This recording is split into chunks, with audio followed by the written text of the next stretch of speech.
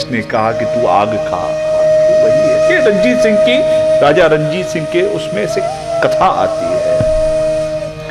तो ये इसलिए नहीं कि हम डरे, ये इसलिए है कि जो दे रहा है वो वही पा रहा है। तो हम अमंगल की कामना क्यों करें हम अमंगल की कामना? करते करते करते वो अमंगल होता जाएगा। मैं लौट आऊं अपनी बात पर।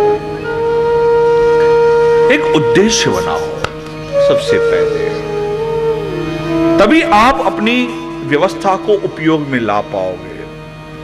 मैं पुनः दोहराऊं बात को। मेरा विषय यहां पर यह है कि हम अपनी व्यवस्था को उपयोग में नहीं ला पा रहे हैं। परमात्मा ने जो 4 बल हमें दिए हैं, शरीर का, बुद्धि का, साधनों का और संयोग का, हम चारों का उपयोग नहीं कर पा रहे हैं। हम व्यवस्था नहीं कर पा रहे उसकी। न तन का उपयोग हो पा रहा है सही से, न इस मन का, विचार का नहीं हो पा रहा है। तो उसके लिए पहले अपने लक्ष्य को निर्धारित करो, उद्देश्य बनाओ। धर्म का क्या उद्देश्य है, अर्थ का क्या, काम का क्या और मोक्ष का क्या, वो उद्देश्य बनाओ। अपने आप से पूछो मेरा उद्देश्य क्या है, क्या चाहते हो आप? धर्म मार्ग पर चलना है तो किस कारण से? मेरा धर्म क्या, धर्म अथवा मर्यादा, मेरा मर्यादा क्या? माफ करना, हमें हमारे अधिकारों का पता है, हमारे कर्तव्यों का नहीं। माफ करना।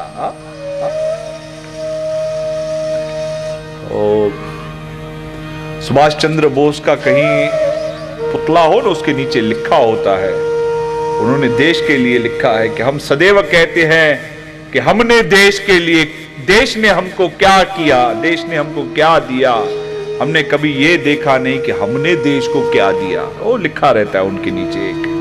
तो हम संसार को कहते हैं, सबको कहते हैं कि आपने हमें क्या दिया। कोई अपने आप से कभी पूछे कि आपने संसार को आज तक क्या दिया? क्या दिया? फलाने हे न दिनो, टीरे हे न दिनो, हुन हे न दिनो, तो छा दिनो। क्या दिया आपने?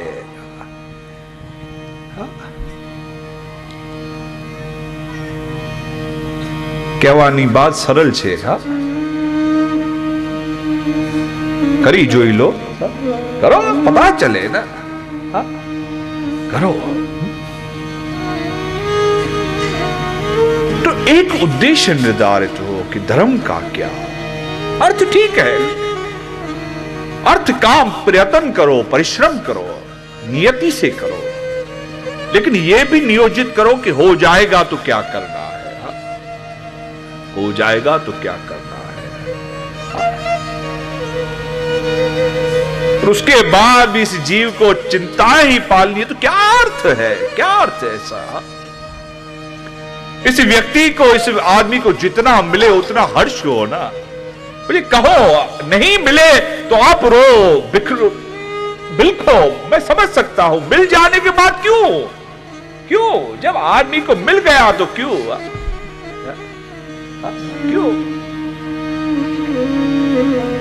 छोकरीअ जी शादी नथी थिए तॾहिं बि शादी थी वई, उन खां पोइ बि हाय हाय ॾेराणी, हीअं निणान, हीअं ससु, हीअं हाणे गुर, हाणे हे, हाणे फलाणो, हाणे ॿार नथो थिए, हलो उहो बि थी वेंदो, उन खां पोइ छा? उद्देश्य नहीं ना, ये उद्देश्य नहीं, ये उद्देश्य नहीं। ये तो दुनिया कर रही है तो हमको जख मार के करना है। ये एक भेड़ चाल है। पाश्चात्य कहता है शादी नहीं करनी तो सबने नहीं करनी है, ये हमारा पूर्व कहता है शादी करनी है तो सबने करनी है।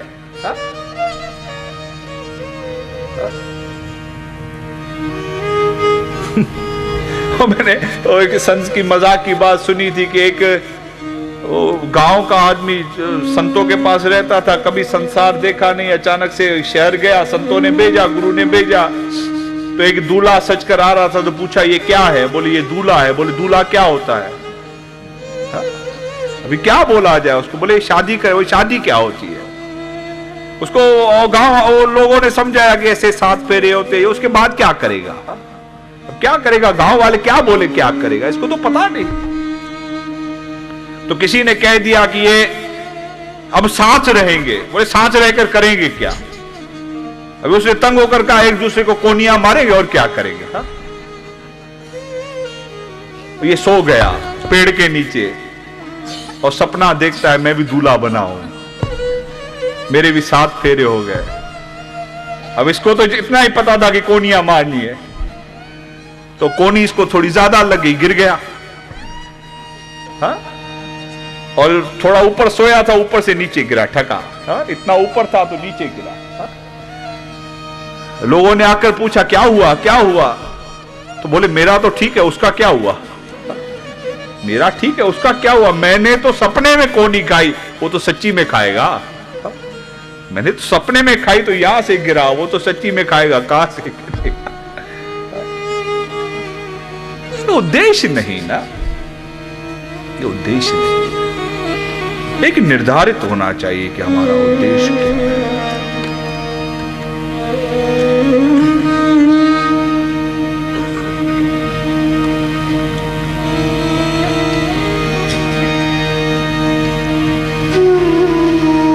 धर्म से आप क्या चाहते हो? मर्यादा का पालन कैसे होगा? अर्थ मिलेगा, अर्थ से आप क्या चाहते हो तय करो। आपकी इच्छाएं, हर इच्छा पूरी होगी, उससे क्या करना है वो तय करो। और उसके साथ छूटना भी सीख लो। हाँ, छूटना मैं इसीलिए कह रहा हूं बार बार, सुख के साथ दुख होता है। सदा सूर्य नहीं चलता और सदा चांद भी नहीं रहता। सारा दिन ये उजाला रहेगा तो शायद हम तंग हो जाएंगे। तो परमात्मा ने एक व्यवस्था कर ली कि उजाले में भी चल तो अंधेरा भी आ जाए, कम से कम विश्राम कर लेगा। फिर उजाला होगा और तू नया बनकर चलेगा। फिर कहीं ना कहीं अंधेरा होगा तो विश्राम करेगा। और क्या सिखाए आपको वो, क्या समझाए? इसके बाद क्या समझ, क्या सिखावन बाकी रहती है? हा? चलते हो, थक जाते हो, बैठ जाते हो, ठीक हो जाते हो, फिर चलने लग जाते हो। और कहां से कोई सिखाए आपको? हा? खाते हो, पेट भर जाता है, समय के अनुसार वो हजम हो जाता है, पुनः भूख लगती है, पुनः खाते हो। ये तो व्यवस्था है, ऐसा ही चलता है।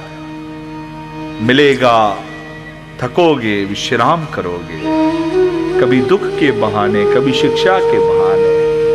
तो ऐसा उद्देश्य होना चाहिए। फिर पुनः ये अपने आप को समझाना पड़ेगा, अपने आप को हमें समझाना पड़ेगा।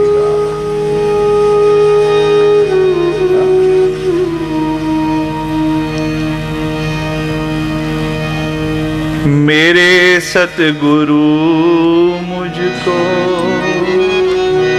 देना सहारा, कहीं छूट जाए ना दामन तुम्हारा। मेरे सतगुरु मुझको देना सहारा, कहीं छूट जाए ना दामन तुम्हारा। तूने मेरे मालिक सब कुछ दिया है, तूने मेरे मालिक सब कुछ दिया है। तेरा शुक्रिया है, तेरा शुक्रिया। तूने मेरे मालिक सब कुछ दिया है, तेरा शुक्रिया है, तेरा शुक्रिया। तूने मेरे मालिक सब कुछ दिया है, तूने मेरे मालिक सब कुछ दिया है, तेरा शुक्रिया है, तेरा शुक्रिया है, तेरा शुक्रिया है, तेरा शुक्रिया। तेरे सिवा दिल में समाए न कोई, लगन का ये दीपक बुझाए न कोई। तेरे सिवा दिल में समाए न कोई, अगन दिल के बुझाए न कोई। तुम्ही मेरी कश्ती, तुम्ही हो किनारा, तुम्ही मेरी कश्ती, तुम्ही हो किनारा। कहीं छूट जाए ना दामन तुम्हारा, कहीं छूट जाए ना दामन तुम्हारा। मेरे सद्गुरु मुझको देना सहारा, मेरे सद्गुरु मुझको देना सहारा। कहीं छूट जाए ना दामन तुम्हारा, कहीं छूट जाए ना दामन तुम्हारा।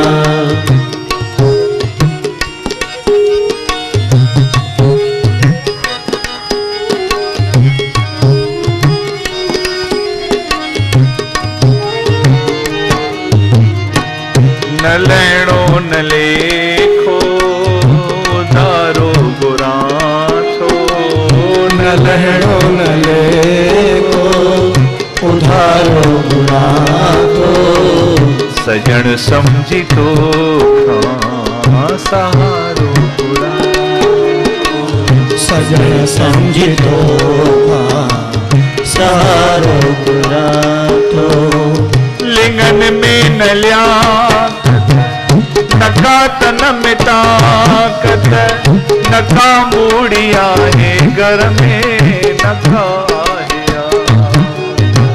ज्ञान में न लाकत, नका तन में ताकत, नका आए घर में का मूड़िया कत। अगर इस शरीर में बल होता तो कर नहीं लेता। हाँ,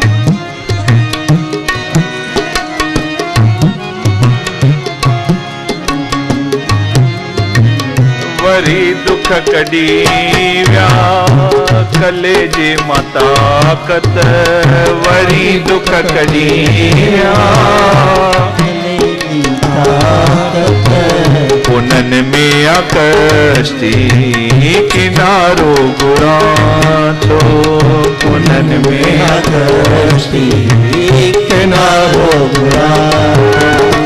मेरे सतगुरु मुझको देना सहारा, मेरे सतगुरु मुझको देना सहारा। कहीं छूट जाए ना दामन तुम्हारा, कहीं छूट जाए ना दामन तुम्हारा।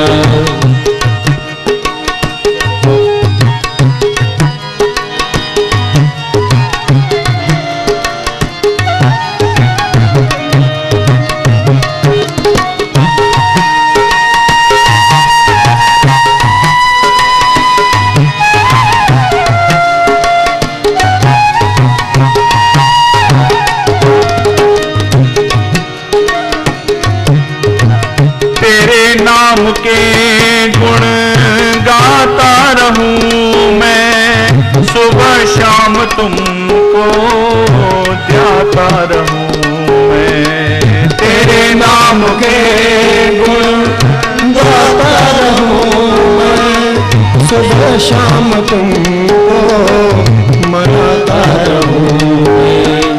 तेरा नाम मुझको प्राणों से प्यारा, तेरा नाम मुझे प्राणों से प्यारा।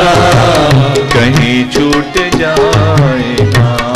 दामन तुम्हारा कहीं छूट जाए, दामन तुम्हारा। मेरे सतगुरु मुझको देना सहारा, मेरे सतगुरु मुझको देना सहारा, कहीं छूट जाए दामन तुम्हारा, कहीं छूट जाए दामन तुम्हारा। हरि ओम हरि ओम हरि ओम हरि ओम हरि ओम हरि ओम हरि ओम हरि ओम हरि ओम हरि ओम हरि ओम हरि ओम हरि ओम हरि ओम हरि ओम हरि ओम हरि ओम ओम ओम हरि ओम ओम ओम हरि ओम ओम ओम हरि ओम ओम ओम हरि ओम हरि ओम। महाराज जितने भी हैं जो प्रसाद ले रहे हैं, जो प्रसाद बांट रहे हैं, जो प्रसाद लेकर जा रहे हैं, बड़े भाव से गाओ।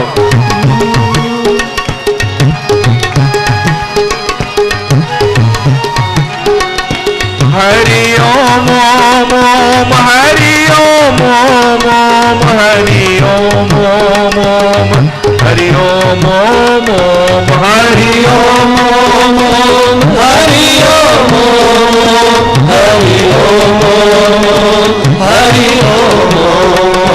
सीता राम राम राम सीता राम राम राम सीता राम राम राम सीता राम राम राम सीता राम राम राम सीता राम राम राम सीता राम राम राम सीता राम राम राम सीता राम राम राम सीता राम राम राम सीता राम राम राम सीता राम राम राम सीता राम राम राम सीता राम राम राम सीता राम राम राम सीता राम राम राम। राधे श्याम श्याम श्याम राधे श्याम श्याम श्याम राधे श्याम श्याम श्याम राधे श्याम श्याम श्याम राधे श्याम श्याम श्याम राधे श्याम श्याम श्याम राधे श्याम श्याम श्याम राधे श्याम श्याम श्याम। हरि बोल बोल बोल हरि बोल बोल बोल हरि बोल बोल बोल हरि बोल बोल बोल हरि बोल बोल बोल हरि बोल बोल बोल हरि बोल बोल बोल हरि बोल बोल बोल। राधे बोल बोल बोल राधे बोल बोल बोल राधे बोल बोल बोल राधे बोल बोल बोल राधे बोल बोल बोल राधे बोल बोल बोल राधे बोल बोल बोल राधे बोल बोल बोल। सीता राम राम राम सीता राम राम राम सीता राम राम राम राधे श्याम श्याम श्याम सीता राम राम राम सीता राम राम राम राधे श्याम श्याम श्याम राधे श्याम श्याम श्याम। सीता राम राम राम सीता राम राम राम राधे श्याम श्याम श्याम राधे श्याम श्याम श्याम। सीता राम राम राम सीता राम राम राम राधे श्याम श्याम श्याम राधे श्याम श्याम श्याम। सीता राम राम राम सीता राम राम राम राधे श्याम श्याम श्याम राधे श्याम श्याम श्याम। हे गोविंद हे गोपाल हे गोविंद हे गोपाल हे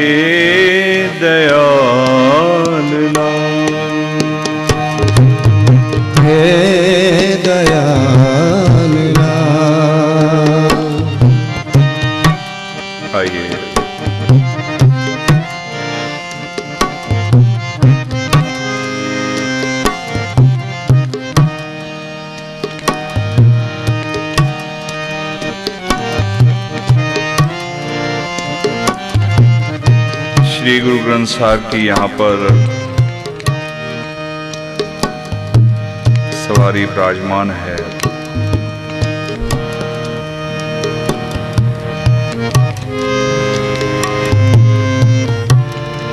मैं स्मरण करना चाहूंगा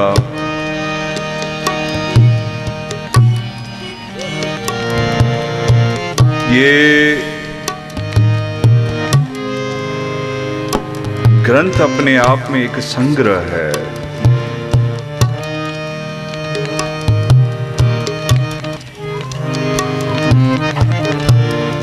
36 वक्त, एक नहीं, दो नहीं, तीन नहीं,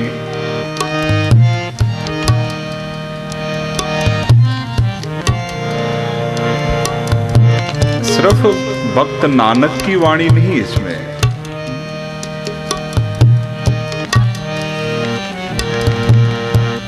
उस गुरता गादी से जुड़े हुए 6 महापुरुष, गुरु नानक, गुरु अंगद, गुरु अमरदास, गुरु रामदास, गुरु अर्जन देव, प्रतीक बहादुर,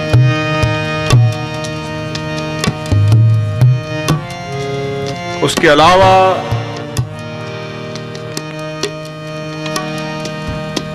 हर मार्ग, हर पंथ, हर धर्म को मानने वाले हर भक्त की वाणी इसमें है। कबीर हो, सदना हो, सैन हो, फरीद हो,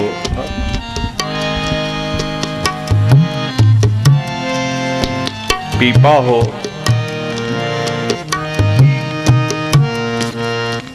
रविदास हो,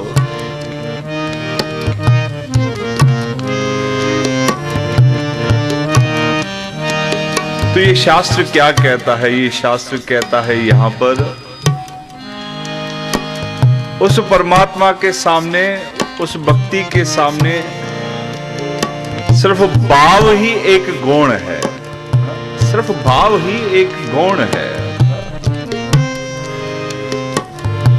और कोई डिग्री की यहां पर आवश्यकता नहीं। आप छोटे हो, बड़े हो, नर हो, नारी हो, कौन जाति के हो, कौन आयु के हो, हाँ एक गुण आपका चाहिए, एक गुण आपका चाहिए, वो है बस भाव।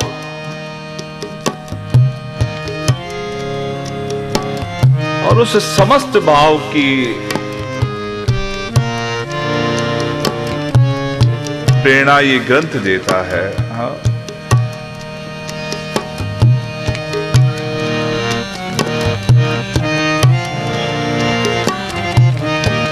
यह सच भी है। वहां शब्द भी थक जाते हैं जहां पर भीतर से भावना निकलती है, शब्द भी थक जाते हैं। हाँ। तो मैंने सुना था, एक भक्त था, उसका जब जीवन चरित्र कहते हैं,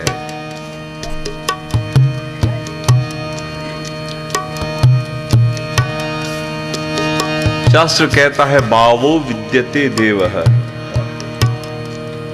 अगर देव को जीतना हो, या इस देविक शक्ति को अगर कहीं जीतना हो,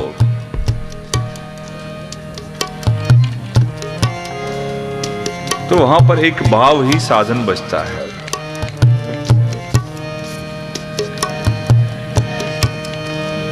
अर्जुन ने भगवान से पूछ लिया कि आपके सामने इतने सारे तरह तरह के भोग जो लगते हैं, आप तो कहते हो ना मैं खाता हूं, न पीता हूं, न सोता हूं, न जागता हूं, न चलता हूं, न रुकता हूं,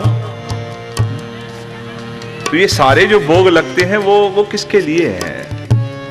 ये सारे जो पदार्थ आपके सामने लाए जाते हैं वो किसके लिए हैं? भगवान ने कहा कि वैसे मेरा पदार्थों से कोई लेना देना नहीं, कोई लेना देना नहीं। मैं ये नहीं देख सकता कि आप क्या लाए हो। हाँ, जब मेरे सामने कोई लाता है तो मैं आंखों से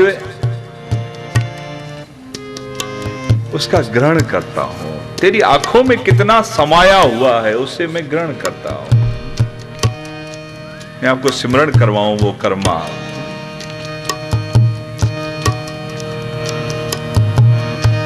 इतना तो सबने सुना है कि वो कर्मा के दर पर आकर खिचड़ी खाता था, उसका बना हुआ भोजन खाता था।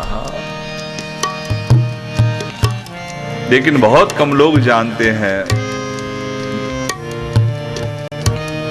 जब वो बच्चा बनकर कर्मा के दरवाजे पर आता था और कर्मा उसको खिलाती थी, तो कर्मा को लोगों ने कहा कि अगर तेरे पास सचमुच कोई आता है तो स्वच्छ रहो,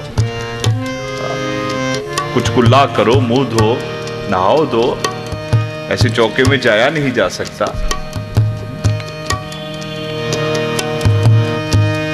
एक बात कहो कि बच्चा भूखा हो तो माँ ये सोचेगी कि मैंने नहाया कि नहीं नहाया, सोचेगी क्या?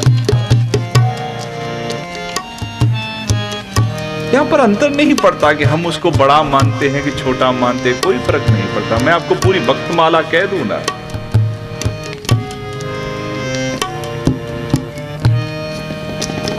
एक संत को किसी ने मजाक में कह दिया कि आप तो साहब वशिष्ठ लगते हो, आप वशिष्ठ लगते हो, ये आपकी दाढ़ी देखो, आपका चेहरा देखो, आपका जो कद काठी है, तो आप तो वशिष्ठ लगते हो। वशिष्ठ राम जी के गुरु थे, तो उसके भीतर भाव बैठ गया कि मैं वशिष्ठ हूं। भक्तमाला में बात आती है, तो वो उनकी जो प्रवृत्ति थी, उनका जो आचरण था, वो वशिष्ठ के समान हो गया। उल्टा आचरण करते, पहले खुद खाते फिर कहते राम को खाओ। मूर्ति के सामने जब जाते तो भगवान को पहले खुद खाते, खुद भोग लगाते, कहते अब मेरा भोग लग गया, अभी आप खाओ, अब आप खाओ। जैसे एक गुरु चेले के साथ करता है। किसी ने हार लाया तो पहले खुद पहनेंगे, खुद पहनने के बाद कंठी वो कहेंगे कि भगवान अब तू पहन, अभी आप पहनो, अब मैंने कर दिया इसका भोग, अभी आप लोग। चलता रहा उनका नियम ये है। जब बात का विस्तार हो गया, बात जब बढ़ गई, लोगों तक पहुंचने लग गई, तो बहुत से लोगों ने उस चीज पर आक्षेप किया। एक स्वाभाविक क्रिया जो होती है, लोगों की आक्षेप किया। कुछ संत उठ खड़े हुए, कुछ महात्मा उठ खड़े हुए कि ये गलत हो रहा है। अब ये संत माने नहीं, इसको तो बैठ गई बात, बैठ गई। एक दिन बीच सभा में इसको बुलाया गया। ये गुरु बनने का ढोंग छोड़। संत समाज ने बीच सभा में कहा कि गुरु बनने का ढोंग छोड़, यहां गुरु है तो चेले को, चेला कहते हो ना राम को, तो उसको पैदा करके दिखाओ, या तो बंद करो ये ढोंग। उसे कहा मैंने ढोंग नहीं किया है, वो मेरा चेला है, चेला है मेरा।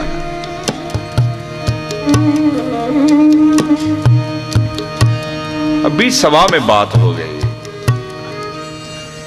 वो तो अपनी मौज में था, तो जैसे करता था वैसे वो कर रहा था सभा में, खुद खाना फिर कहना तू खा। अब बीच सभा में उस मूर्ति को वो देता,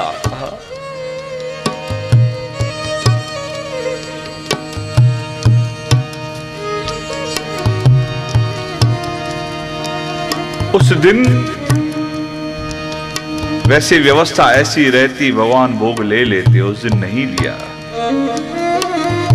भक्तमाला कहती है कि इसने बहुत बार कहा है कि ले राम ले खा, और बहुत बार कहने के बाद जब मूर्ति ने उसको नहीं लिया, तो भक्तमाला में आता है कि इसने डंडा उठाया है कि खाता है कि धुएं का, गुरु की नहीं मानेगा, धुएं। उसे आकर लेना पड़ा। बात ये नहीं कि कौन कैसे मानता है, यह छोटा बड़ा कुछ नहीं, कुछ नहीं। मैं भक्तमाला सारी की सारी आपके सामने पलट दूं ना। भक्त गोपाल भगतमाला में आता है, भक्त अडाया, 10,008 भक्तों का वहां पर विवरण है भक्तमाला में। बात है भाव की, संबंध की। मैं कर्मा की बात आपसे कह रहा था, तो कर्मा जब लोगों ने बहुत कहा तो आपने सुना है कि कर्मा से देरी हो गई, भगवान चले गए। लेकिन मैंने इतना पढ़ा है भक्तमाला में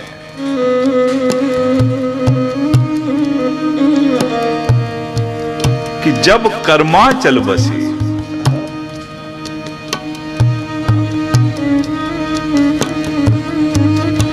जब तक कर्मा थी तब तक वो नियम था। जब कर्मा चल बसी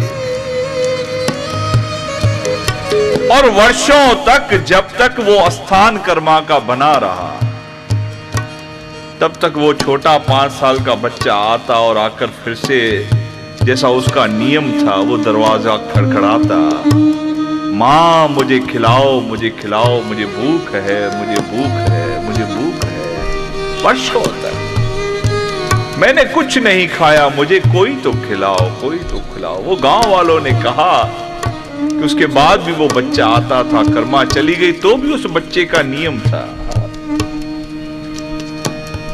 मतलब वो ठाकुर अपना नियम छोड़ेगा नहीं, एक बार उसके साथ जो संबंध जुड़ जाता है।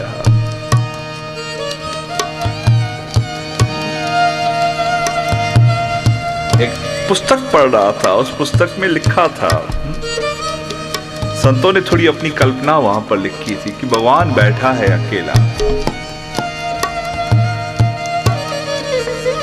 कहता है कोई मुझसे बात करने वाला नहीं ना। और ये हकीकत भी है। जरा कल्पना करो, आप घर के बड़े हो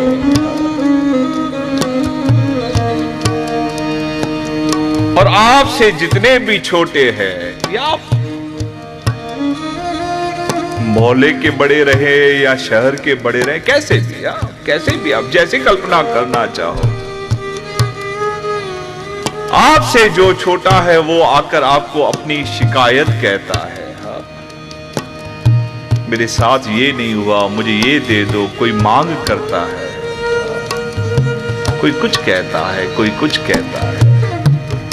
और आप बड़े होकर सबको प्रेम करते हो, करना पड़ता है। सबको प्रेम करते हो, किसी को दुलार करते हो, किसी को कुछ देते हो, है नहीं है तो भी व्यवस्था करके देते हो आप। वो कल्पना करो कि हम बड़े होकर सबको देते आ रहे हैं, हमारा मन कितना बड़ा रहता होगा कि कोई हो जिसे हम भी कहे, होता होगा कि कोई हो जिसे हम भी कहें, कोई हो जो हमसे भी प्रेम करे, होता होगा। तो अभी इस कल्पना का विस्तार कर देखो कि वो ठाकुर है और हर कोई जा रहा है उसके पास, जो जा रहा है कोई ना कोई झोली लेकर, या मुखे दे, मुखे दे, मुखे दे। तो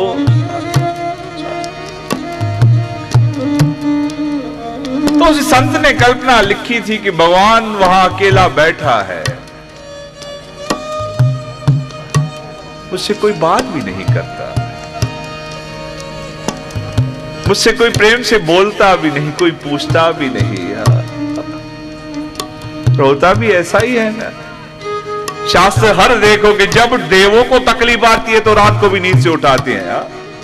शास्त्रों में आता है ना ऐसे कि दैत्य आ गए और देवों के ऊपर कुछ कर दिया तो देवों की पूरी मंडली चली जाती है। 33,000 करोड़ खड़े हैं सबके सब, 33 करोड़ देवता वहां लाइन में खड़े हैं कि भगवान बचाओ, भगवान बचाओ, भगवान बचाओ।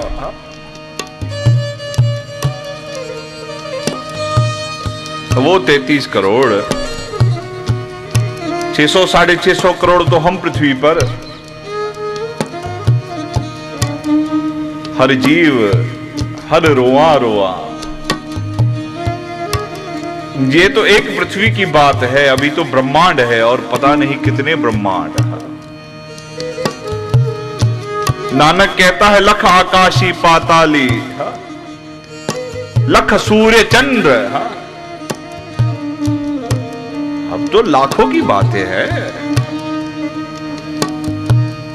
लाखों ब्रह्मांड है। तब लाखों ब्रह्मांड की बातें करे तो कितने कितने, तो वो भी कितना प्रेम को तरसता होगा।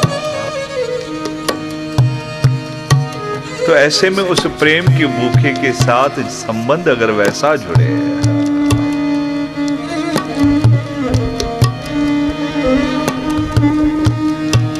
अरे बावले, मिलना जो है वो मिलेगा कहां जाएगा, कहां जाएगा। एक बाप जिस तरह परिश्रम करके अपनी संतान के लिए जोड़ता है और संतान एक एक रुपए के लिए कहती है बाबा मुझे देते नहीं आप, मुझे चॉकलेट चाहिए देते नहीं, जिस प्रकार वो सोचता होगा कि अरे तेरे लिए तू 1 रुपए के लिए रो रहा है, मैं लाखों जमा कर रहा हूं तो तेरे लिए जमा कर रहा हूं, ये अनंत सृष्टि तेरी है, तो किसे मिल रहा है? तेरे परिश्रम का, तेरे भाग्य का वो रखेगा क्यों? क्यों रखेगा? तू ही अधीर है, तू ही बेचैन है। वो मिठा तकड़ी कुत्ती अंधा गुलर, फिर तो ऐसे होता है। फिर जिसको जल्दी होती है तो फिर वो देगा, थोड़ा सा सब्र तो रखो। कहां जाएगा आपका? जरूर मिलेगा। थोड़ा उसके साथ संबंध हमारा जुड़े। आज इस भक्त माला के सामने बैठे हैं तो मेरे भीतर वो भक्ति की बात मैं आपसे कहूंगा।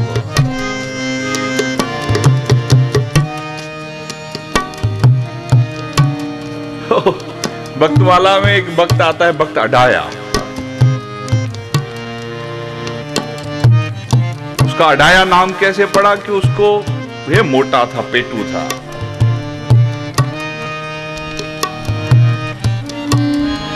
ढाई सेर आटा तोल के उसकी रोटी बनती थी। 2.5 सेर आटा, छोटा था।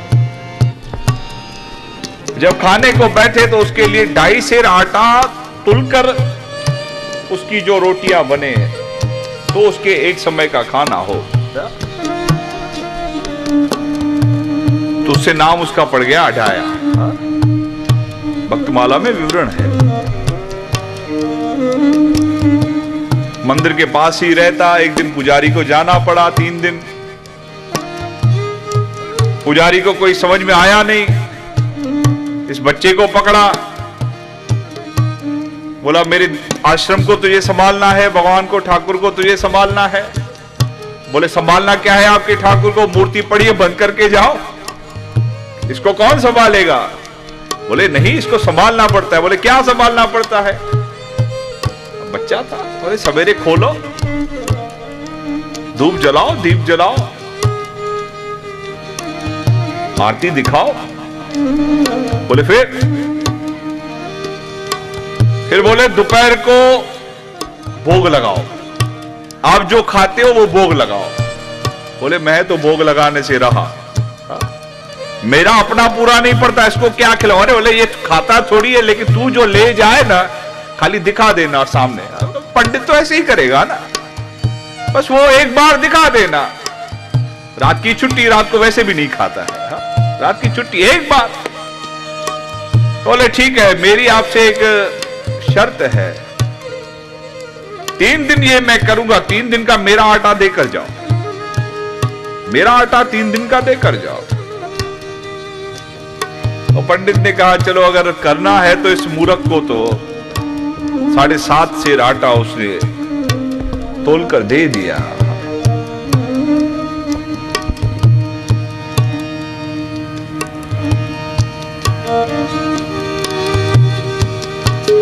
सवेरे इसने किवाड़ खोले हैं।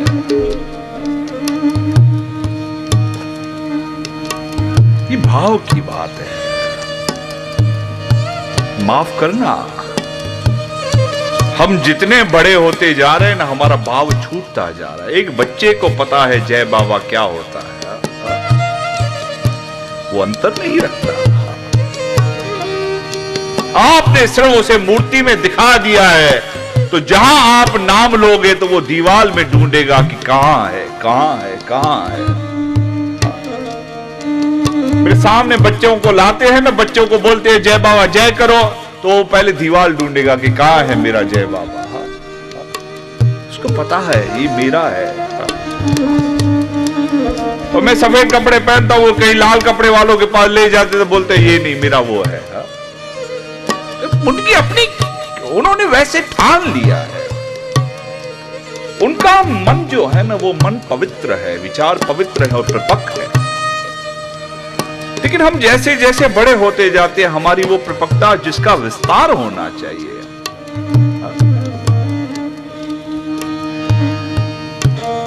आकार आकार से निराकार ये विस्तार होता है।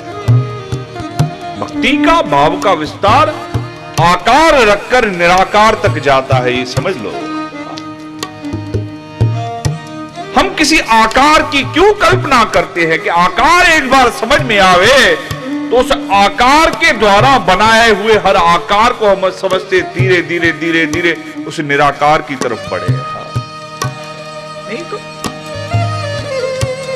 ये व्यवस्था अपने आप को बढ़ाने की है, विस्तृत करने की है, विस्तार करने की है।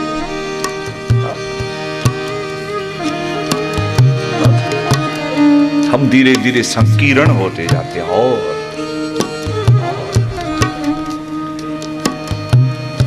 इस पंथ में मत जाओ, उस मार्ग में मत जाओ, इस संत के पास मत जाओ, उसके पास मत जाओ।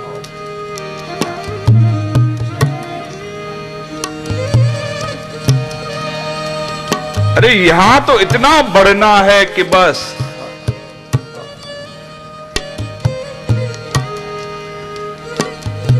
एक मैंने बात सुनी थी, मेरे नागपुर सत्संग में मैंने कही, उसका स्वरूप में अगर आपसे कहूं, कबीर का बेटा कमाल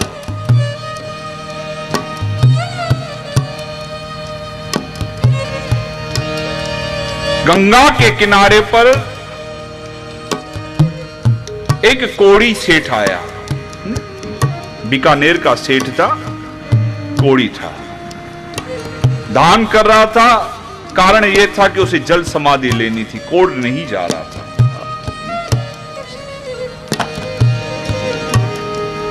सारे फकीर, सारे लोग वहां से खाकर निकले, सेठ की जय जय करते निकले। तो कमाल ने सुन लिया, बोले क्या है? बोले वो कोड़ नहीं छूट रहा तो मरने जा रहा है, जल समाधि। अरे ऐसे कैसे? तो कमाल गया, बोले सेठ मरेगा क्यों, मैं तुझे ठीक करता हूं। बोले अगर ठीक करती हो तो मरूंगा क्यों? बोले भाव से राम कहते हुए गंगा में डुबकी ले। सेठ ने ली, नहीं गया कोड़। फिर कहा अरे थोड़ा श्रद्धा भाव से डुबकी ले, फिर ली, नहीं गया। तो कमाल को लगा कि इसके मन से राम नहीं आ रहा है, इसके जबान से आ रहा है, इसके मन से नहीं आ रहा है। तीसरी बार कहा जा। उसने तीसरी बार जब डुबकी लेने की कोशिश की तो कमाल ने ऊपर से सर पे मार दिया एक लठ लेकर। तो लठ लगी सर पे तो चीख निकल गई राम, और डुबकी लग गई, ठीक हो गया। बोले राम ऐसे बोल। बात ये इतनी नहीं थी, बात इतनी नहीं थी। कबीर को पता चला, कबीर ने कहा अरे 3 बार राम बुलवाया और कोड़ छुड़वाया तो क्या अर्थ है, क्या अर्थ है? इस बच्चे को सिखाना पड़ेगा। तो कबीर ने एक पत्र लिखा तुलसी के नाम से कि कबीर का वंश गया, क्योंकि कमाल ने राम को 3 बार तकलीफ दे दी। कबीर का वंश गया।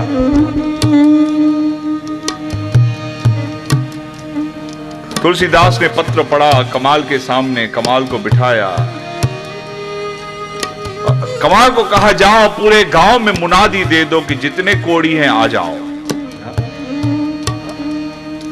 और 500 कोड़ी वहां जमा हुए हैं। एक तुलसी के पत्ते पर तुलसीदास ने राम लिखा, गंगा जल में डाला और उसका छींटा 500 लोगों को लगाया, 500 ठीक हुए। घटना कबीर को पुनः पता चली। कबीर को अभी भी सुख नहीं मिला, अभी भी सुख नहीं मिला। अभी भी बच्चा सीखा नहीं है, कबीर को ऐसे लगा। फिर कबीर ने एक पत्र लिखा सूर के नाम से, सूरदास। पूरी घटना लिख दी कि पहले कमाल ने ये किया, अभी तुलसी ने ये किया। राम की महिमा इन लोगों ने समझी ही नहीं है अभी तक। वो पत्र गया सूरदास के पास, नजर नहीं है, सूरदास दिखता नहीं है उनको। पत्र लिया हाथ में, समझ गए। अरे कमाल बेटे, वो देख पानी में मुर्दा जा रहा है, जरा ले तो आ। पानी में मुर्दा जा रहा है, जरा ले तो आ। कमाल परेशान, पहले तो पत्र पढ़ा कैसे और इसको बिना आंखों के ये मुर्दा दिखा कैसे। सूर की अपनी कल्पना है, अपनी कल्पना।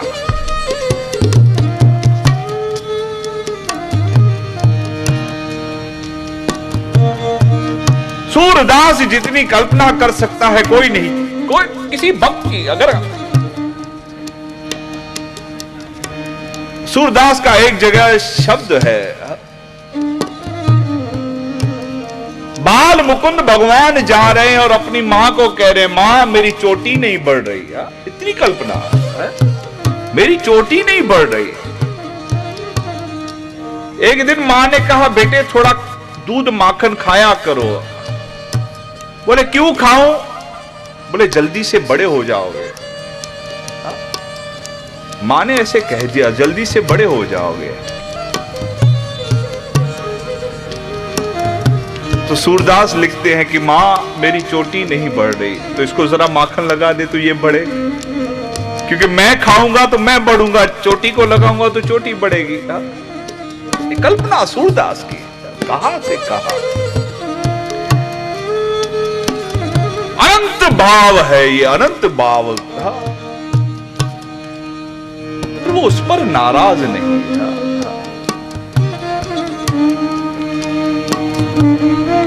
तुम्हें बोलो छो कानूड़ा,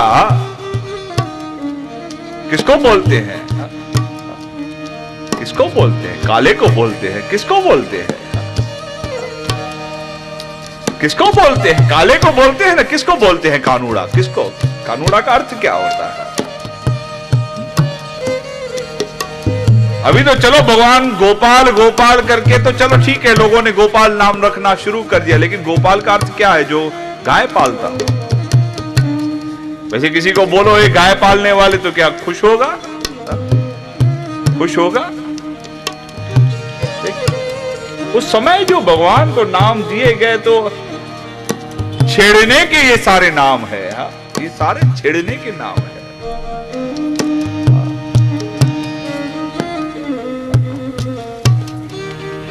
कोई छलिया कहे, कोई सांवला कहे, उसको छेड़ने के लिए। तू छलने वाला है, किसको अच्छा लगता है सुनना, लेकिन उसको अच्छा लगता है। ये भाव, अनंत भाव की बात है। मैं बात कह रहा था सूरदास की। सूरदास ने कमाल को कहा, जा ये मुर्दा ले आ। तो कमाल परेशान है कि इनको दिखता कैसे है।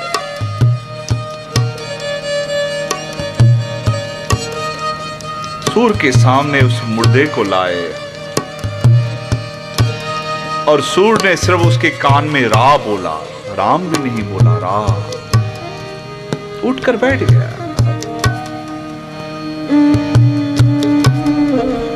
कमाल ने कहा, बाबा मेरे लिए हुक्म। बोले हुक्म नहीं, अभी जाके कबीर को कह देना जो कहना है, जा। कमाल लौट कर आया, कबीर को आकर बातें कही। कबीर ने कहा कि अब समझा राम कौन है। अब समझा।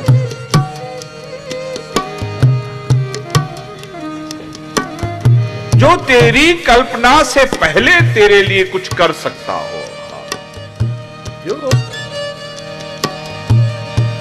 जो कल्पना से पहले। मैं सोचूं, मैं मांगूं, ये भी बहुत दूर है, बहुत दूर है।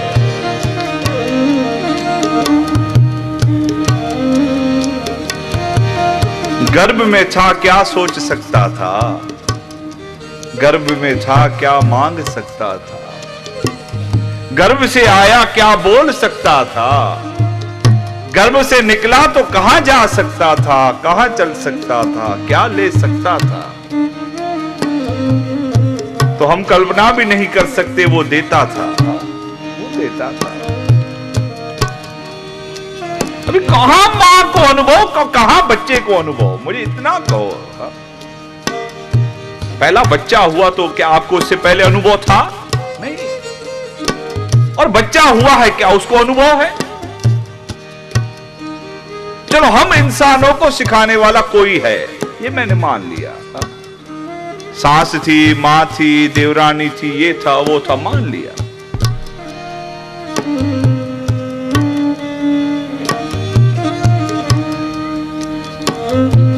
गाय को बच्चा होता है, कौन अनुभव करवाता है कि जाओ इसको चाटो, जितना आप चाटोगे उतना ये बच्चा चलेगा? कौन अनुभव करवाता है उसको? और वो जो चल नहीं सकता, वो बच्चा अपने आप कहां से मां का दूध ढूंढ लेता है? कहां से ढूंढता है? उसको तो सिखाने वाला भी कोई नहीं ना। चलो हमारे पास दनार होंगे गौशाला में जो पकड़ के ले जाते होंगे, लेकिन जहां पर जंगल में, वन में, तो जहां पर कल्पना भी नहीं वहां पर उसने पहुंचाया है। जहां कल्पना भी नहीं, मांग भी नहीं, तो वो है जो मांग से पहले देता है, कल्पना से पहले देता है। हम कल्पना करें उसके बाद मिले, वो तो हमने मांगा, हमारी कल्पना से पहले।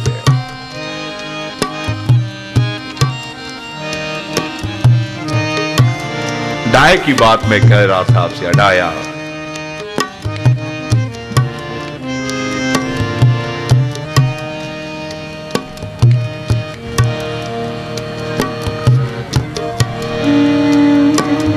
पहले दिन खोला मंदिर को, धूप अगरबत्ती दिखाई,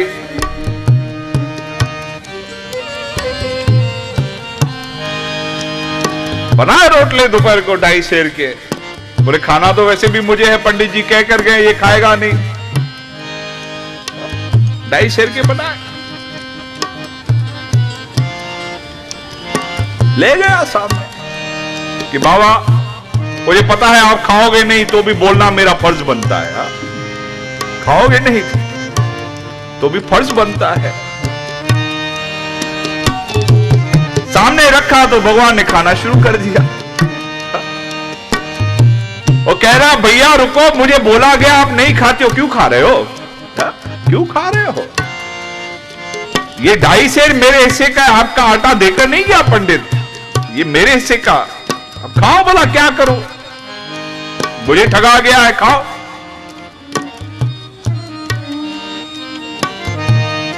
भक्तमाला कहती है कि भगवान ने मां सीता को भी कहा जरा सरक किया, अच्छा बना है। हाँ सरक किया। दोनों ने जमकर खाया, थोड़ा बहुत जो बचा वो इसको मिला। इसकी थाली में ही नजर थी कि बचता कितना है, 2-2 जने बैठे हैं खाने को। अब जैसे तैसे इसका वो दिन कटा, 2.5 सेर की जगह पर कुछ कम मिल गया। दूसरा दिन अब कहता है कि ठाकुर नहीं भी देता हूं तो मैं दोषी रह जाता हूं, मुझे पता है भूख क्या होती है। अब पंडित मुझे नहीं देकर गया आपके हिस्से का, तो मैं क्या करूं, मैं आपको भूखा नहीं रखूंगा, ले आया हूं, देखो अब थोड़ा कम खाओ तो बहुत अच्छा। भगवान ने खाया। दूसरे दिन मां सीता को, लक्ष्मण को भी बुला लिया, आजा आओ बदा जमी लो, आजा। और तीसरे दिन तो तब हद हो गई जब हनुमान भी आ गया। और तीसरे दिन इसके लिए बचा कुछ नहीं था। अब हनुमान भी आ गए तो कहां बचने वाला है, कहां बचने वाला। रात हो गई, ये मुंह सुझाकर बैठा है गोलगप्पा बनकर। आने दो पंडित को तो दिखाता हुआ। भूखे ठाकुर छोड़कर गया है, सबके सब भूखे। चारों के चारों मेरा पूरा माल खा गए, पूरा माल खा गए। अब ये बच्चा था, इसको तो अपनी नादानी थी। रात को जब तीसरे दिन पंडित आया तो पंडित को खूब डांटा है। पंडित को तो पहले समझ में नहीं आया कि ये बोल क्या रहा है, क्या बोल रहा है। भगवान कभी खाते हैं? वर्षों से मैं खिलाता आया, कभी नहीं खाया। दुनिया खिलाती आई, मैंने खाया, भगवान ने नहीं खाया। एक है तू झूठा तेरे ठाकुर झूठे, तू झूठा तेरे ठाकुर झूठे। इतना सोचते नहीं कि सामने वाले को भी खाना है। एक खाता तो समझ में आता, दो खाते समझ में आता, तीन से चार हो गए। अरे थोड़ा तो बचा कर रखना चाहिए। इतना नहीं सोचते कि सामने वाले को एक रोटी तो मिलनी चाहिए। ये लड़ रहा है। ठाकुर कहे तू झूठा है, ये पंडित कहे तू झूठा है। सब खा लिया तो भी तू भगवान पर दोष दे रहा है। झगड़ा जब बढ़ गया तो उसने कहा अभी का अभी 2.5 सेर बना, आपके सामने इनको खिलाता हूं। मैं झूठा के आप झूठे, पता चल जाएगा। वक्त माला में आता है, इसने पढ़ा है और भगवान ने कहा है आज हम चारों तुझे खिलाते हैं, हम चारों तुझे खिलाते हैं। हमने खाया है तेरा, हम खिलाते हैं तुझे। तब जाकर उसको समझ में आया कि क्या हो रहा है। ऐसे ऐसे भक्तों की बातें हैं। कहीं मिल जाए आपको भक्त माला तो कभी कुछ अंश आते हैं, कभी पूरी के भाव की बात है। तो हम आज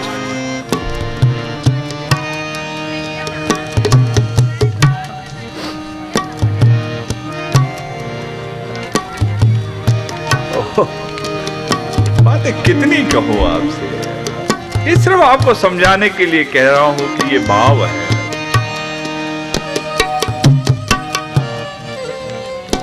तो एक पंडित लक्ष्मी नारायण की पूजा कर रहा था। वहां से एक बकरी चराने वाला चरवाहा निकला, भेड़ बकरियां लेकर। वो झूले में ठाकुर को झुला रहा है। ये भी आकर देख रहा है कि क्या हो रहा है ये सब। बोले पंडित जी क्या कर रहे हो? तो बोला ये झूला झुलाने से भगवान खुश होता है, खुश होता है। इसने इतना ही समझा।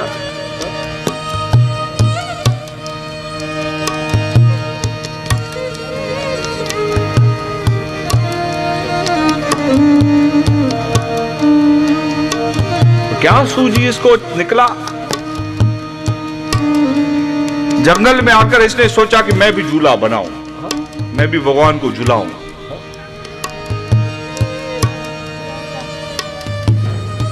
ठाकुर के नाम से कुछ पत्थर इसे मिल गए। झूला तो समझ में आया नहीं। और इस पगले ने इसकी जो भेड़ थी ना, भेड़ जो चराते हैं, उस भेड़ को उल्टा टांग दिया, चारों पांव ऊपर करके बांध दिया, उसका झूला बना दिया। और भेड़ चिल्लावे ये भेड़ को चलावे। और ठाकुर को ऊपर रख के कहता है कि ठाकुर खुश हो जा। तो भक्त माला कहती है कि मां ने भगवान को कहा कि बाबा भेड़ मर जाएगी, तेरे इस झूले के चक्कर में भेड़ मर जाएगी, कम से कम भेड़ को तो बचाने जाओ। भेड़ को बचाने जाओ। तो भगवान आए, मैंने सुना है। भगवान ने कहा भेड़ को छोड़ो। बोले मेरी है, आप कौन होते हो? चलो। बोले मैं भगवान हूं। बोले मैं नहीं जानता, मैंने पहले देखा ही नहीं आपको। कौन बोलेगा आप भगवान हो? कोई पहचानता है आपको? कोई सिफारिश करने वाला? तो भगवान ने कहा बाबा जाओ उस पंडित से ही पूछ के आ कि मैं भगवान हूं कि नहीं। बोले रुको। बांध के गया भगवान को पेड़ से कि रुको, उसको लाता हो, वो पहचानेगा तो छोड़ूंगा, नहीं तो नहीं। ऐसी ऐसी बातें भक्त माला की मैं कौन कौन कहूं। कौन ने क्या संबंध जोड़ा, इससे कोई अंतर नहीं पड़ता। रावण ने उसे विरोधी माना। भागवत में आता है वत्रासुर।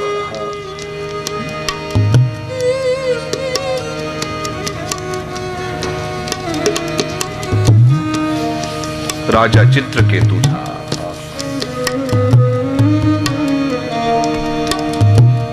शंकर भगवान बैठे हैं, पार्वती जी उनके गोदी में है। चित्रकेतु निकला और भगवान पर थोड़ा सा हंस दिया कि पत्नी को गोदी में बिठा कर बैठे हो। तो मां पार्वती को थोड़ी नाराजगी हुई, तो उन्होंने कहा चित्रकेतु दूसरों पर ठठोली करता है, जा जाकर राक्षस बन। वत्रासुर बना है भागवत में। एक बड़ी बड़ी कथा है वो। इंद्र से गुरु नाराज हो गए। विश्वरूप को उन्होंने गुरु किया है, भागवत में चर्चा आती है।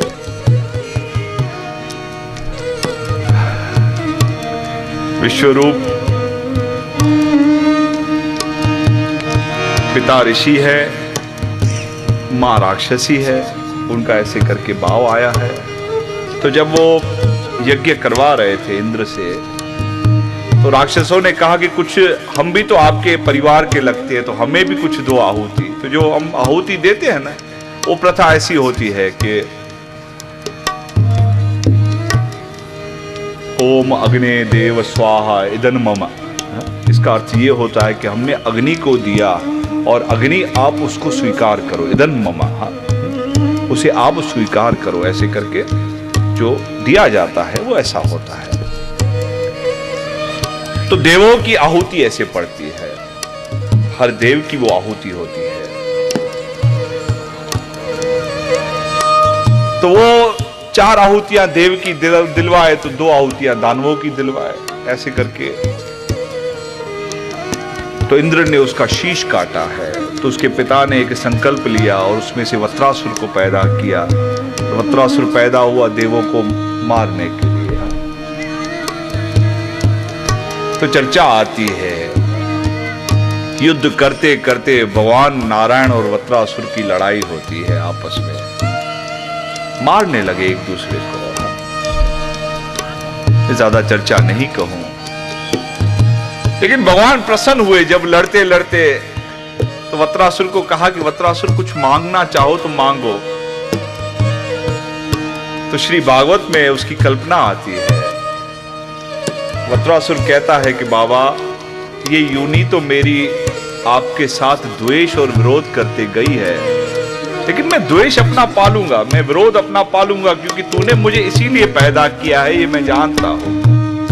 अगर तूने अपना विरोध करने के लिए मुझे पैदा किया है, तो मैं विरोध करता हुआ मरूंगा, क्योंकि ये मेरा धर्म है।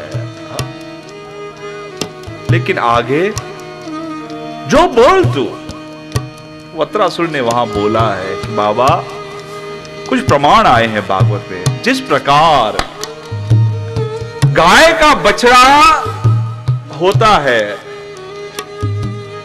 और गाय का जो दनार है उसको ले जाता है सवेरे से शाम तक चराने के लिए, और बछड़ा अपनी मां से मिलने के लिए तड़पता है, मेरी मां आए, मेरी मां आए, मेरी मां आए। और जिस समय वो मां आती और बछड़ा कितना फटकता है कि जल्दी आए, मेरे पास जल्दी आए, तो मुझे ऐसा बनाओ कि मैं आपके लिए तड़पूं। तो भगवान ने कहा कि ठीक है, ऐसा बनाओ। फिर बोला नहीं, ऐसे मत बनाना, क्योंकि मुझे वो भी नहीं चाहिए कि मेरी मां मेरे पास कम, दनार के पास ज्यादा रहे। मैं इतनी तड़प भी नहीं चाहता। तो फिर उन्होंने कल्पना लिखी है वेद व्यास जी ने कि जैसे पक्षी का बच्चा गरोदे में बैठा है और मां उसके लिए कुछ लाने वाली, और पक्षी उचकता है कि अब आई मेरी मां, अब आई, अब आई, अब आई, और मुझे कुछ देगी, वैसा बनाओ। फिर बोला ऐसा भी नहीं, कहीं रास्ते पर पक्षी को बाज ने पकड़ लिया तो नहीं आया वापस। तो फिर बोले कैसा? बोले एक जैसे विवाहता पत्नी हो और उसका पति।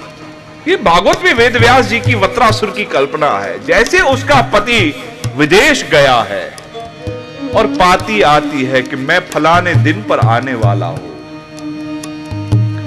और जैसे वो विवाहता नारी श्रृंगार करके अपने पति का इंतजार करती है, प्रतीक्षा करती है कि अब आया, अब आया, अब आया, उसके आने का समय हो नजदीक है, ऐसा बनाओ। फिर कहा मत बनाना ऐसा भी, कल उसे देरी हो गई तो मैं जी नहीं पाऊंगा, हा? कल बीच में देरी हो गई ना तो मैं जी नहीं पाऊंगा। तो कहा अभी तय तो कर कैसा बनना है। बोले बाबा बस जिसको मिल गया हो वैसा बना देना, जिसको मिल गया हो, जिसने इंतजार किया हो वैसा नहीं, जिसको मिल गया हो वैसा ही बना देना। ये वक्रासुर विरोध करते करते भी भक्ति है। जहां हो जैसे हो जिस रूप में हो उसको भाव से जोड़ो। हे गोविंद हे गोपाल, हे गोविंद हे गोपाल, हे दयाल हे दयाल हे गोविंद हे गोपाल, हे गोविंद हे गोपाल, हे दयाल हे दयाल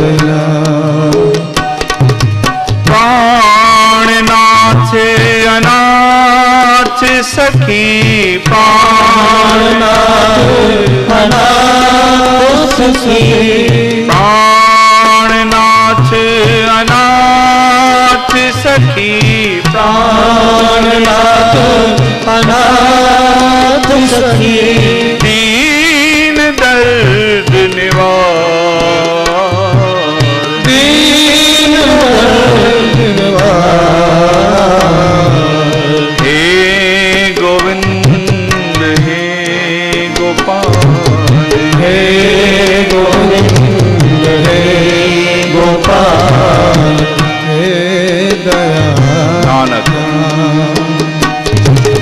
हे दयाल।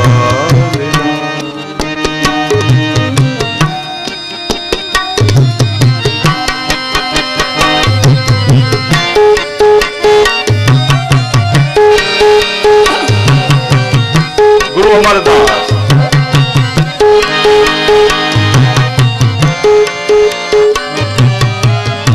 बहत्तर वर्ष की आयु है, गुरु किया नहीं था।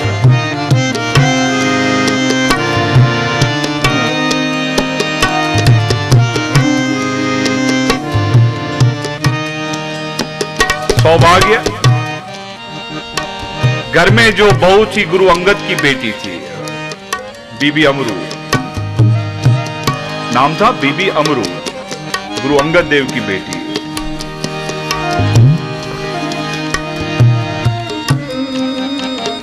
एक मित्र आए रात को रहने घर में,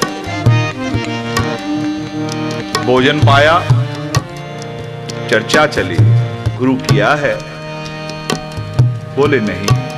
अरे इतना बड़ा हो गया, 72 वर्ष आयु, इतनी लंबी, गुरु नहीं किया? बोले नहीं किया। उसने सामान समेटा, बोले मैं चला। बोले क्यों? बोले तूने गुरु नहीं किया तो निगुरे के घर रहकर क्या फायदा?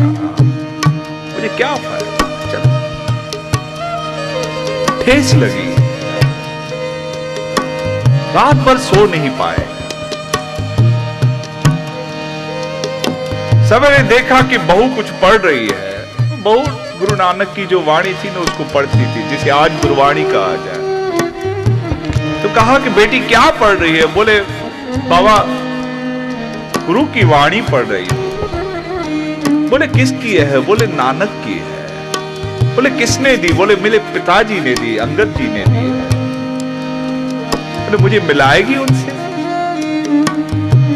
बोले बाबा उनकी आदत है, जिनसे मिलना होता है ना उन्हें खुद ही बुलावा भेजते हैं, ऐसे नहीं मिलेंगे।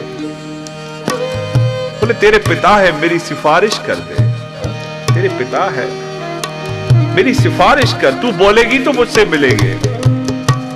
ससुर के सामने क्या बोले? कहा कि ठीक है, मैं कोशिश करती हूं। लेकिन अंदर आग जल रही थी। वो जो कल रात से लेकर आग थी तक कि मैं गुरु नहीं किया, मैं गुरु नहीं किया।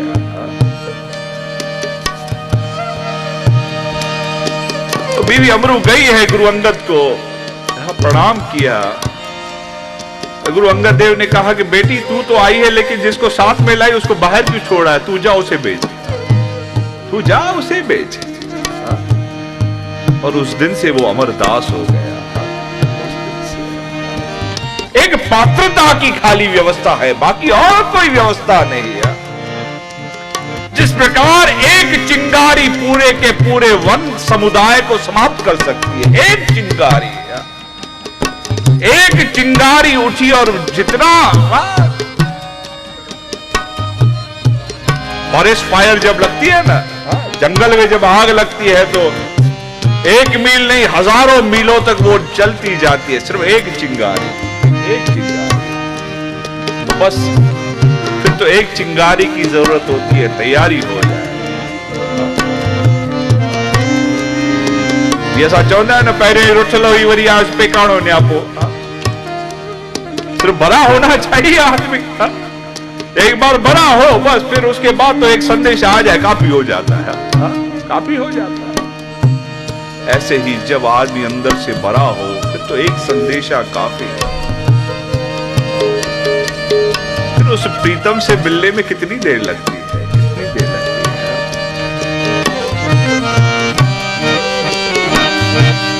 आइए थोड़ी देर, काफी समय हुआ है, मैं ज्यादा ना बोलूं अब। ऐसे मेरा अगम अपूर्ण, ऐसे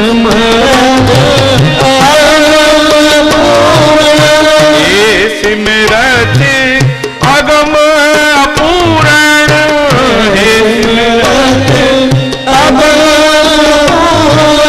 मोह माया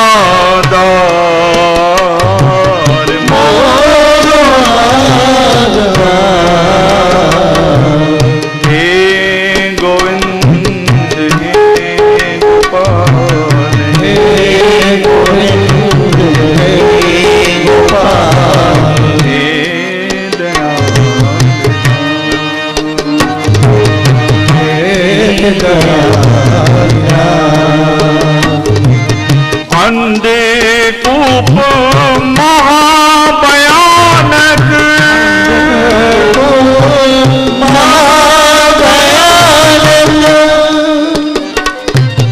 अंधे कूप महाभयानक,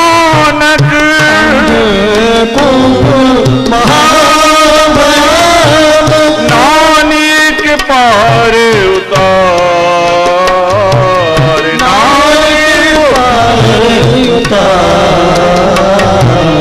हे गोविंद हे गोपाल, हे गोविंद हे गोपाल, हे दयाल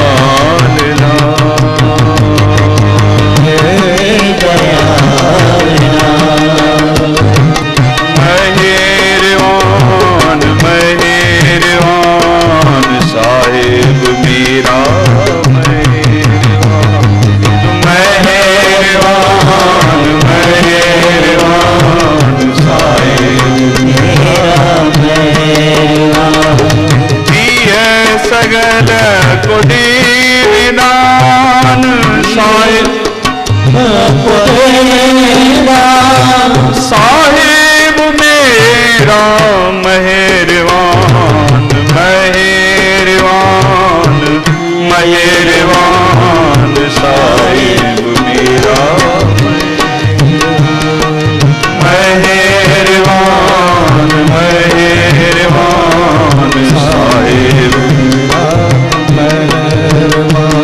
तू काहे डोले प्राणिया, तुझ राखेगा सिरजनहार,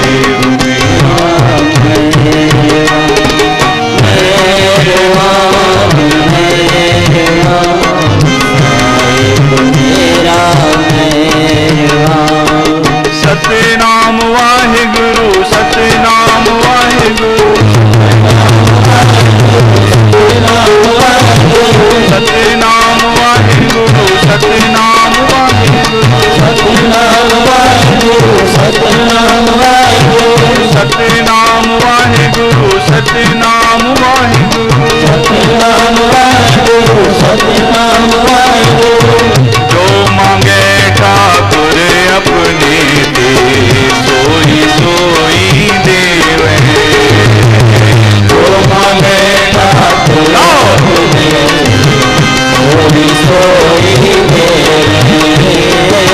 नानक दास मुख ते जो बोले आवा सच होवे। नानक दास मुख से जो बोले आवा सच होवे। आप जो मांगो ठाकुर अपने सोई सोई देव। वो दो बार बोला, एक बार नहीं। एक बार कहना सिर्फ कहना होता है, दूसरी बार उसे पुनः कहना कंफर्मेशन होती है, पक्का होता है। नानक दास मुख ते जो बोले, मुंह से जो बोले, यहाँ वहां, फिर यहां हो या वहां, तेरी कल्पना सिर्फ इस लोक की होगी, लेकिन वो देगा जो इस लोक में भी काम आए और उस लोक में भी था। यहाँ हुआ जो मांगे ठाकुर अपने दे, सोई सोई दे। जो मांगे ठाकुर अपने से, सोई सोई मेरे।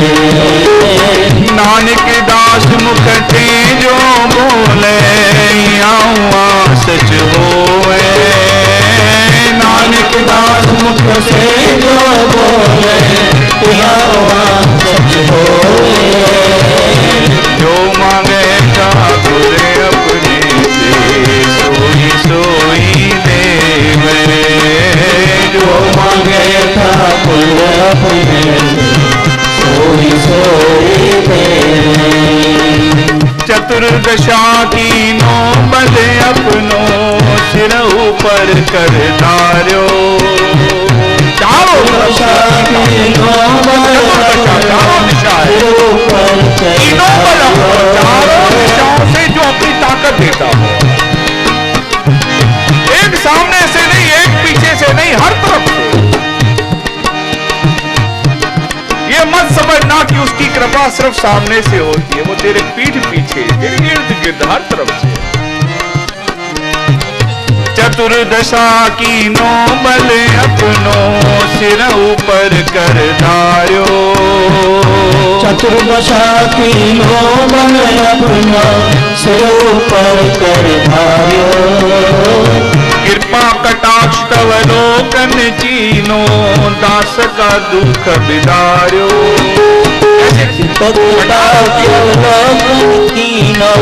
दास का दुख बिदार्यो। कृपा की कटार से अपने दास के दुखों को काटता।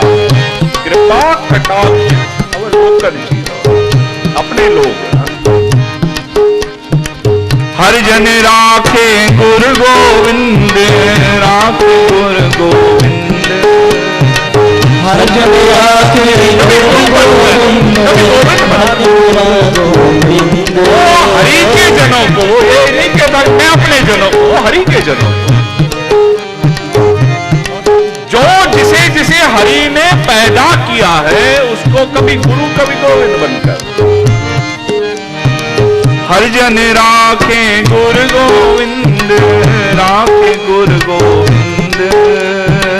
हर जन राखे गुर गोविंद, राखे गुर गोविंद। कंठ लाय अवगुण सब बेटे, दयाल पुरख बख्शंद। सीने से लगाओ, एक बोला माफ कर दिया, एक बोला छोड़ दिया, बोले ये नहीं, बोले कंठ लगाया, कंठ लाए अवगुण सब बेटे। एक तो लगाया कंठ से और पूरा साफ भी किया। दयाल पुरख बख्शंद, दया भी की, पुरख बनकर कृपा भी की और बख्शीश भी कर दी, माफ भी किया, दे भी दिया। जो मांगे ठाकुर अपने, सोई सोई मेरे। जो मांगे ठाकुर अपने से, सोई सोई मेरे। सतनाम वाहिगुरु, सतनाम वाहिगुरु, सतनाम वाहिगुरु, सतनाम वाहिगुरु, सतनाम वाहिगुरु, सतनाम वाहिगुरु, सतनाम वाहिगुरु, सतनाम वाहिगुरु, सतनाम वाहिगुरु। सतनाम वाहिगुरु सतनाम वाहेगुरु सतनाम वाहेगुरु सतनाम वाहिगुरु सतनाम वाहिगुरु सतनाम वाहेगुरु सतनाम वाहिगुरु सतनाम वाहिगुरु सतनाम वाहेगुरु सतनाम वाहिगुरु सतनाम वाहिगुरु सतनाम वाहेगुरु सतनाम वाहेगुरु सतनाम वाहिगुरु सतनाम वाहिगुरु सतनाम वाहेगुरु सतनाम वाहेगुरु हरि बोल हरि बोल हरि हरि बोल हरि बोल हरि हरि बोल माधव गोविंद बोल माधव गोविंद हरि बोल हरि बोल हरि हरि बोल हरि बोल हरि बोल हरि हरि बोल हरि बोल हरि बोल हरि हरि बोल हरि बोल हरि बोल हरि हरि बोल मुकुंद माधव गोविंद मुकुंद माधव गोविंद माधव गोविंद मुकुंद माधव गोविंद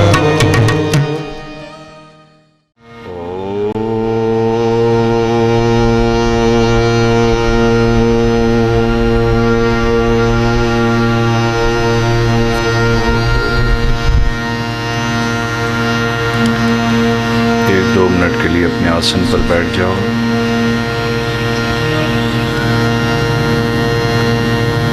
आंखों को बंद कर लिया। दीक्षा ली है तो अपने सदगुरु जिसे आप मानते हो,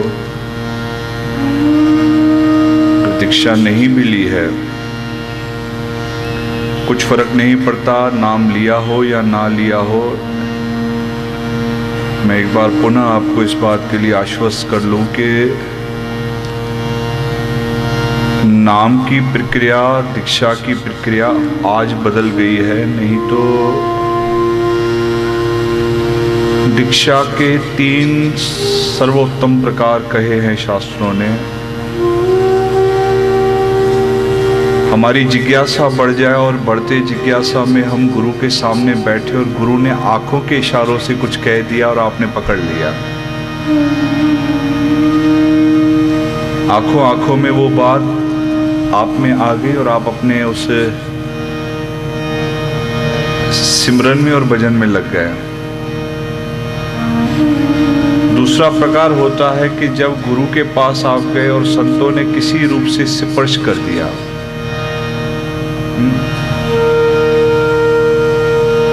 विवेकानंद जी को बहुत ढूंढा विवेकानंद ने, गुरु करूं गुरु करूं। बाबा गोरखनाथ को मानने वाले मच्छिंद्र नाथ जी के पास वो गए, तो वहां पर भी उन्होंने निवेदन रखा कि ऐसा काम करो मुझे भगवान दिख जाए। तो तृप्ति नहीं हुई। एक दिन घूमते घूमते श्री रामकृष्ण परमहंस जी के पास चले गए और वहां पर भी उन्होंने यही प्रश्न पुनः कहा कि मुझे ऐसा कुछ करो कि मैं बस उससे मिल जाऊं। रामकृष्ण परमहंस जी ने कहा कि तू ऐसा चाहता है सचमुच? उसने कहा हाँ मैं चाहता हूं। ये छाती से पकड़ा है, गले से, खमीज से पकड़ के फेंका है नीचे, नीचे फेंक के उसके ऊपर छाती पर चढ़कर बैठ गए और दाहिने पांव का अंगूठा उनके सर पर दबा दिया। अंगूठा उनके सर पर जोर से, जैसे कोई किसी को चोट पहुंचाने की कोशिश करता हो, यहां पर मध्य भाग पर भ्रुकुटी पर दबा दिया। आंखें बंद हो गई थोड़ी देर पीड़ा में। फिर रामकृष्ण परमहंस ने कहा बता अब क्या दिख रहा है? हाँ दिख गया? बोले हाँ अब दिख गया। बस बोले जा जा। तो दूसरा एक माध्यम होता है कि गुरु किसी भी रूप से स्पर्श करके वो आनंद करवा दे। और सबसे उत्तम मार्ग कहा गया है, तीसरा मार्ग के हमारा निंद्रा में कोई ऐसा संयोग बढ़ जाए। 2 प्रकार के स्वप्न होते हैं।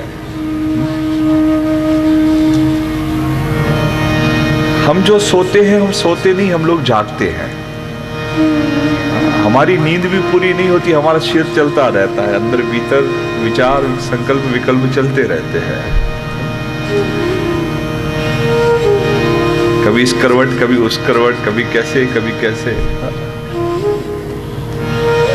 क्योंकि अक्सर जो सोता है उसे पता ही नहीं चलता मैं कैसे सोया हूं, और उठेगा भी उसी मुद्रा में। महात्मा बुद्ध थे ना, महात्मा बुद्ध सोते थे तो ऐसे लगता था कोई मर गया, जैसे एक शरीर पड़ा हुआ है। तो लोग उनसे पूछते थे कि बाबा आप तो ऐसे सो रहे हो जैसे कोई मुर्दा पड़ा हो।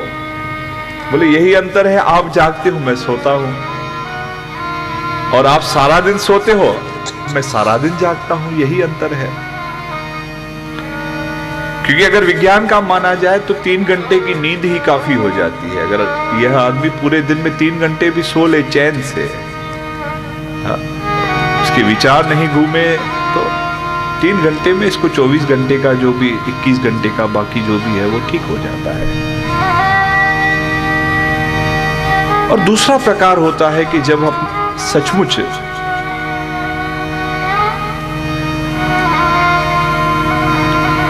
मैं मानता हूं रात को निद्रा के समय आपके और हमारे विचार उठते हैं। विचारों के प्रकार हैं।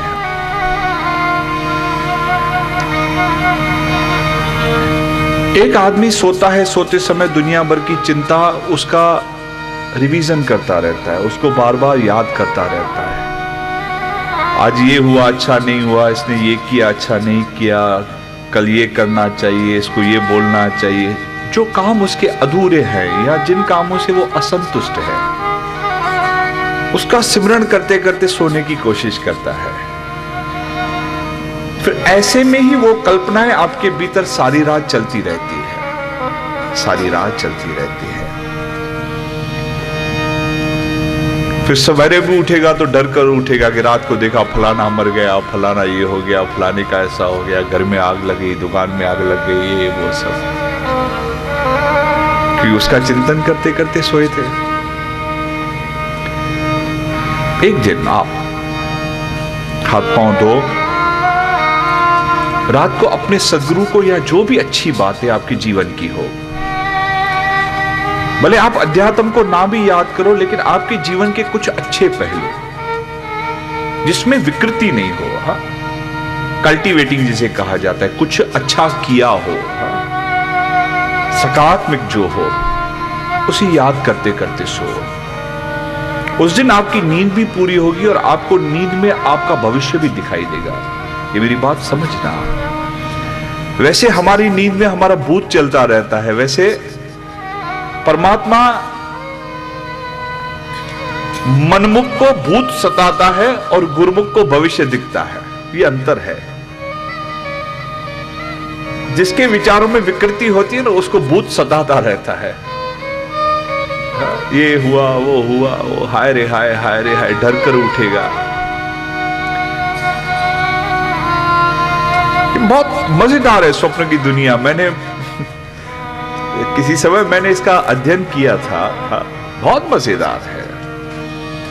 स्वप्न में से भी जागृति का अनुभव बहुत एक अद्भुत बात है, अद्भुत अद्भुत। और जिस समय हम उत्तम विचार लेकर सोते हैं, तो ये मानकर चलो उस दिन कहीं ना कहीं सद्गुरु, कहीं ना कहीं वो मालिक आपका सहाय बनकर आपको कुछ न कुछ कहेगा। उन बच्चों को भी मैं कह दूं या उन बड़ों को भी जो स्वप्न में डरते हैं, अब बात निकली है तो थोड़ा सा मैं कह दूं। कुछ लोग ऐसे आते हैं जो कहते हैं कि हम सपने में बार बार हमको वही सपना आता है, हम डर कर उठते हैं। अगर ऐसा कहीं प्रकरण आपके घर में हो या बच्चों को कभी ऐसी बात हो,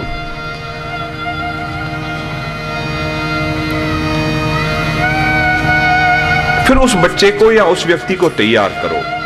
उसको कहो आज रात को यही सोच के सो कि मेरे को यही सपना देखना है, मुझे देखना है इसके अंत क्या है सपने का।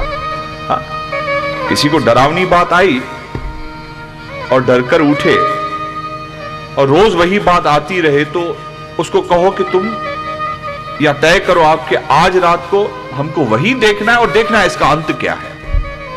ये तय करके सो, और ये तय करके आप सोओगे तो उस दिन के बाद वो सपना कभी नहीं आएगा, कभी नहीं आएगा। ये कोई भी आजमा कर देखे, उसके बाद वो प्रवृत्ति हमसे डरती है, हमसे भागती है। एक व्यवस्था है ये ऐसी कि हम जिससे डरते हैं वो हमारा पीछा करता है। ये समझ लेना बात। डरकर जितना व्यवस्था से भागोगे उतना व्यवस्था आपका पीछा करेगी, और जितना व्यवस्था का सामना करोगे व्यवस्था उतना डरकर आपसे भागेगी। ये अंतर है। हमारा जीवन कायरों का जीवन है। हम डरते हैं, छोड़ो आज का दिन तो जाने दो, कल देखा जाएगा, बता सुमाने बेवकुछ थी नहीं, उसका तुरंत सामना करो, तुरंत सामना करो।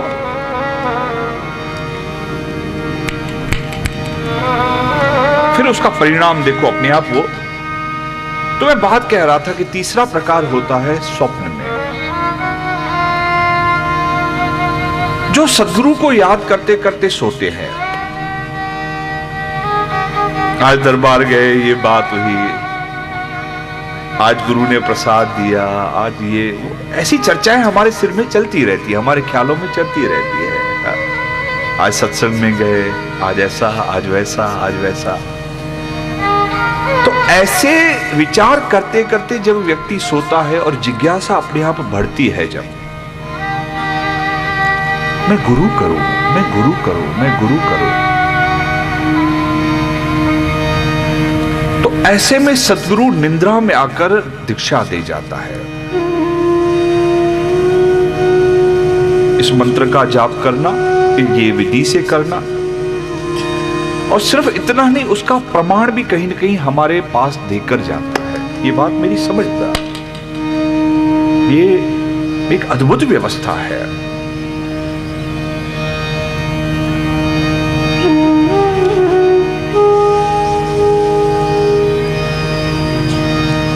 सद्गुरु शहीद धर्मदास साहब जी की एक दीक्षित शिक्षिका थी, टीचर थी, दीक्षित थी।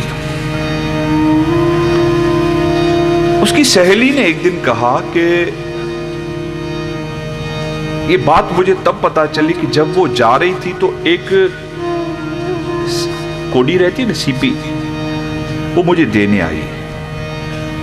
अरे साईं जी ये रखना संभाल कर, ये किसी की भेंट है, साईं जी ने दी थी, वो है आज भी मेरे पास। मैं ये व्यवस्था आपको बता रहा हूं। हम जिस धर्म को मानते हैं या जिन संतों को मानते हैं, उनकी अद्भुत व्यवस्था को भी कभी उसका भी मजा लेना चाहिए। हम मजा ही, वही बात 3 दिनों से कह रहा हूं कि हम आनंद ले ही नहीं पा रहे, न शरीर का, न सद्गुरु का, न हमारी मनोव्यवस्था का, न साधनों का, ना सब कुछ भरा पड़ा है। आप तो आनंद लेते लेते थक जाओ। एक एक व्यवस्था अपने आप में आनंद देने वाली है। अगर शरीर हो तो शरीर अपने आप में बहुत सारा आनंद देने वाला है। हमारे विचार इतने संपन्न हैं, कभी पकड़कर तो देखो कैसे उड़ रहे हैं, कभी पूछो तो अपने आप को कैसे उड़ जाते हैं, कहां से कहां, कहां से कहां। अभी तो इधर बैठी थी, बैठे बैठे रानी बन गई, बैठे बैठे नौकरानी बन गई, बैठे बैठे। अद्भुत बात है, कहां से कहां हम बैठे यहाँ है, शरीर यहाँ पर है, पूरी व्यवस्था यहाँ पर है। ये कौन है जो अचानक से कौन से रंग दिखाता है? ये हमारे विचार है, और इनको अगर सही ढंग से इस्तेमाल किया जाए तो कौन कितना आनंद आएगा। फिर मैं आगे चल के कहता हूं आज अंतिम सत्र है तो मुझे ये बातें आपके सामने रखनी है।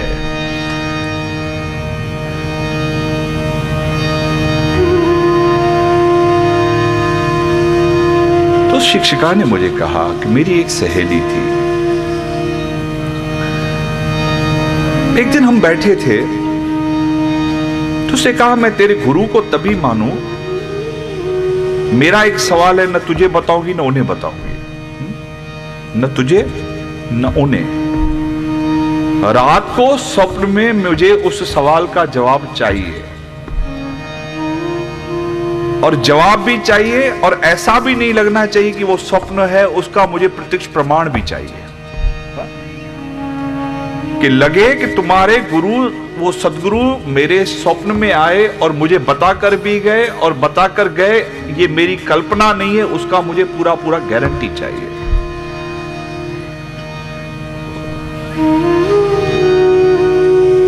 शिक्षिका का नाम था जम्मी शाहानी।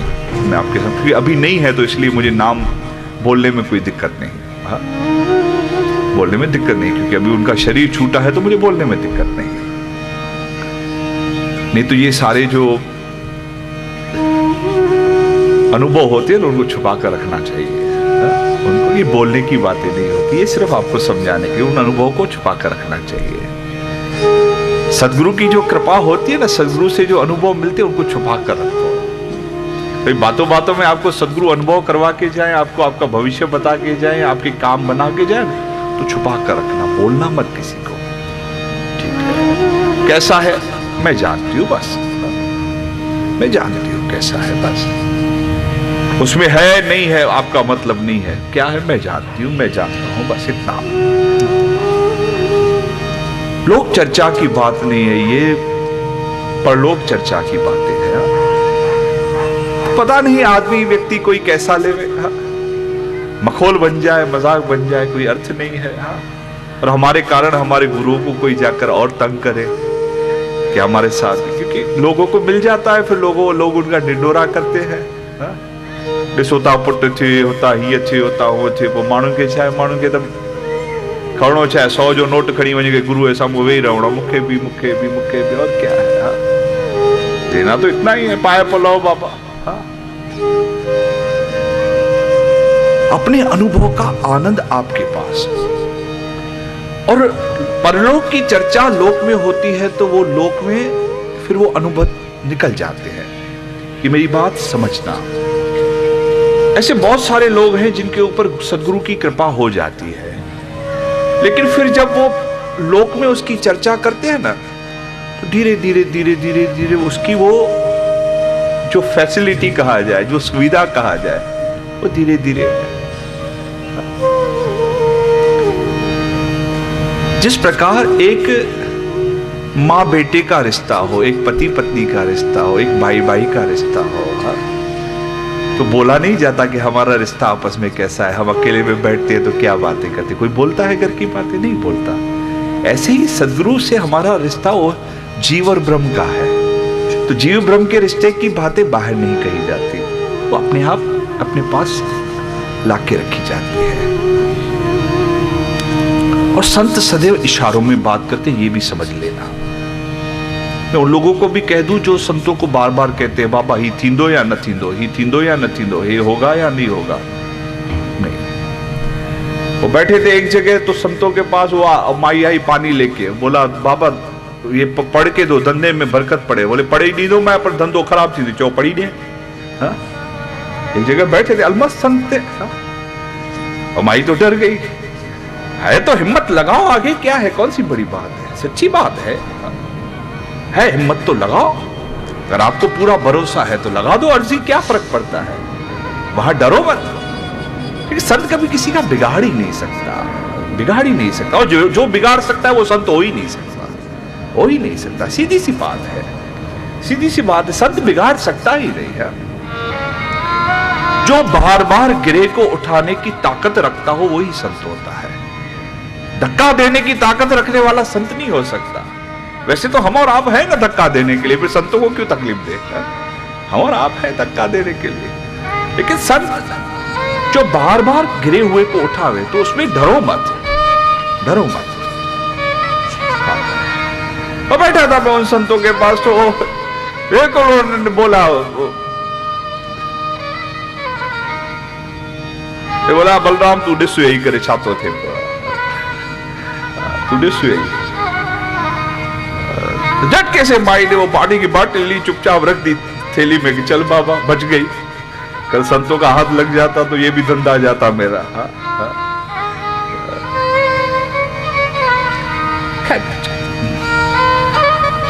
तो संतों की कृपा,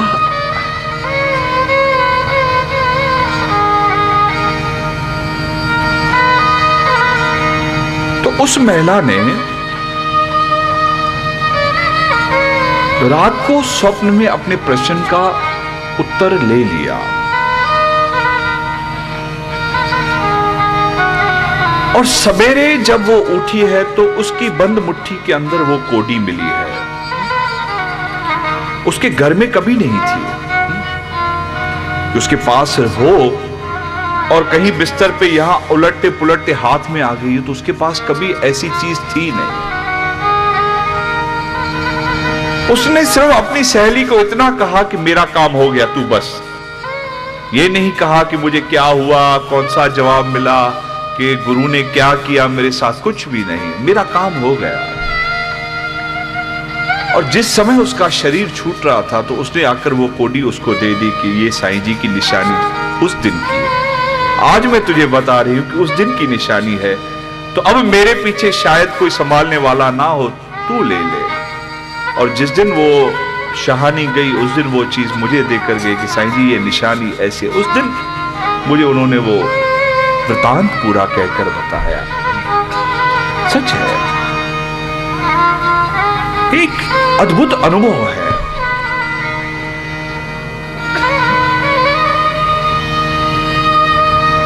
मैं अगर अपना अनुभव आपसे कहूं, अगर मैं अपना अनुभव कहूं,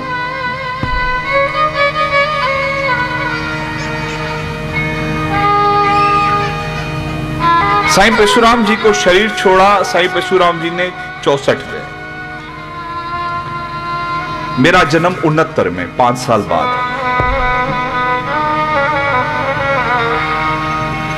12 दिसंबर 1964 साईं जी ने शरीर छोड़ा और सितंबर 69 में मेरा जन्म।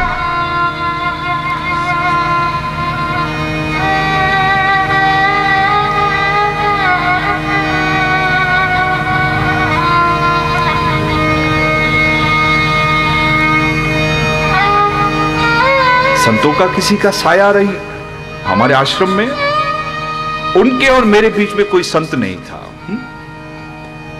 जब तक मैं बड़ा हूं तो साईं परशुराम जी के बाद मेरे बीच में कोई संत नहीं रहा।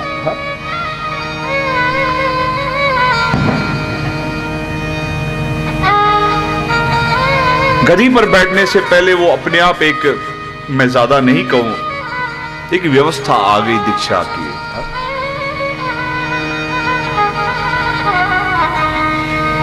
चाहे मैं हमारे समुदाय या किसी के पास भी मैं गया, उनको कहा कि मुझे मंत्र कैसे मिले क्या, तो उन्होंने हाथ जोड़ दिए, बोले हम तो नहीं पढ़ेंगे इस मामले में, आप जानो। मैं अगर अपनी अनुभूति कहूं, मैं ये बात उस ढंग से नहीं कह रहा, मैं अपनी अनुभूति कहूं, तो मैंने अपनी व्यवस्था आरंभ कर दी। मैंने 2 साल 3 साल तक इस बात को पकड़ने की कोशिश की कि मैं जो कर रहा हूं वो सही है कि गलत है, कि साईं जी ने तो मुझे आज्ञा कर दी, लेकिन मैं कर रहा हूं वो सही है कि गलत है, मुझे कैसे उसकी कंफर्मेशन मिले। मैं अपना जीवन का अनुभव कहूं आपसे आज। एक दिन मैं बैठा था नागपुर में, किसी अन्य पंथ का एक आदमी,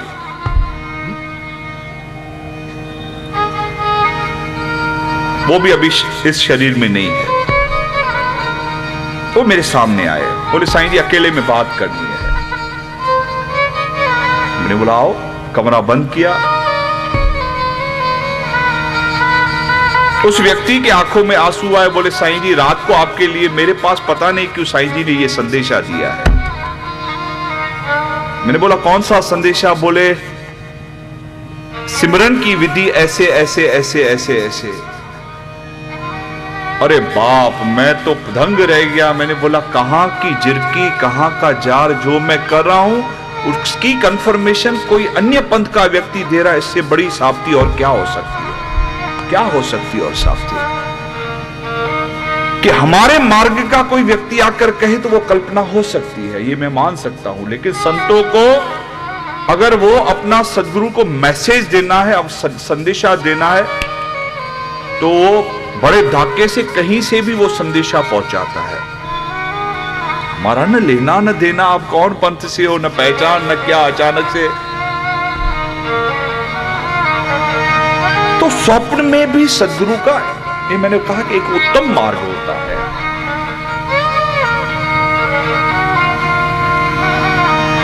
लेकिन जिस प्रकार ताकत कितनी भी हो, लेकिन लोहा ठंडा हो तो उसको बदला नहीं जा सकता। सामने वाला कितना भी ताकत वाला हो ना, बड़े से बड़ा जोर से वो मारे, लेकिन लोहा एक बार पूरा गर्म हो जाए, फिर अगर बच्चे को भी छोटी छोटी हथौड़ी दे दो ना, वो भी टिक टिक टिक टिक टिक टिक करता रहेगा तो उसका आकार बदल जाएगा।